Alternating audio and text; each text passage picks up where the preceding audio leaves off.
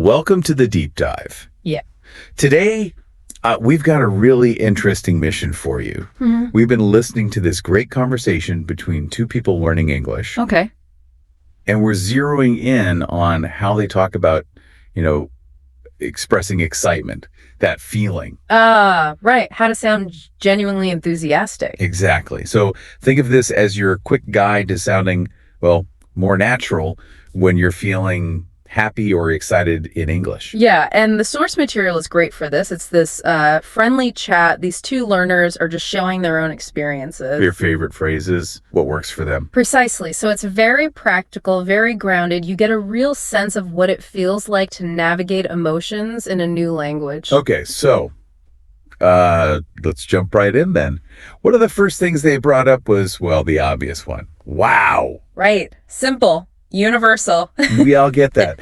But they pretty quickly moved on to, the idea that there are just so many other, maybe more fun ways to show you're thrilled. And it's not just about having more vocabulary, is it? It's about the nuance. The feel of each phrase. Yeah. And one of them used this analogy that I thought was really spot on, comparing learning English to a roller coaster. Oh, I like that too. Yeah. It's quite vivid, isn't it? You've got those scary bits, the apprehension. Definitely. The fear of making mistakes. But then you get these amazing highs, these moments where things click or you achieve something. And that makes it all worth it. Yeah. That's the exciting part. Exactly. And it connects, I think, to anyone learning something new or starting a new project, right? You need ways to express that rush. Absolutely.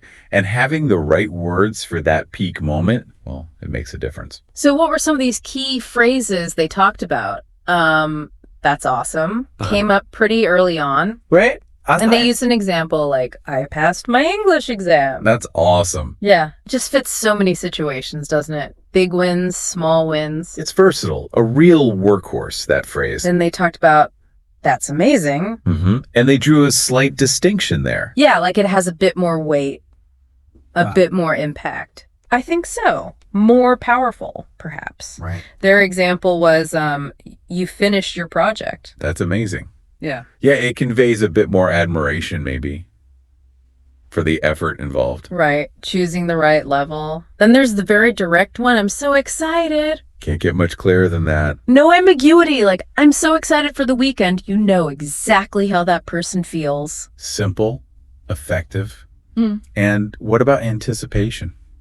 Looking forward to things. Yes, I can't wait. Perfect for that. I can't wait to travel or whatever it is. It really packs in that sense of eagerness, doesn't it? You're leaning into the future. Yeah. Then they discussed one that I thought was quite interesting in its usage.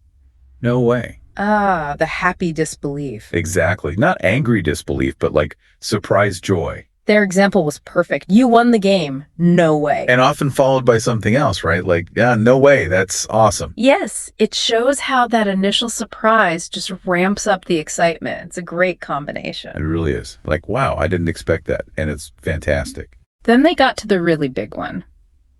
For those peak moments. This is the best day ever. Right. And one of them even shared a personal story about that. Getting their first English certificate, wasn't it? That was it. And saying, this is the best day ever. It just shows how these phrases get tied to our memories, our milestones. It's even more meaningful. Definitely. And this whole discussion, it touches on something bigger about language learning, doesn't it? You mean expressing emotion itself? Yeah. Overcoming that shyness, maybe.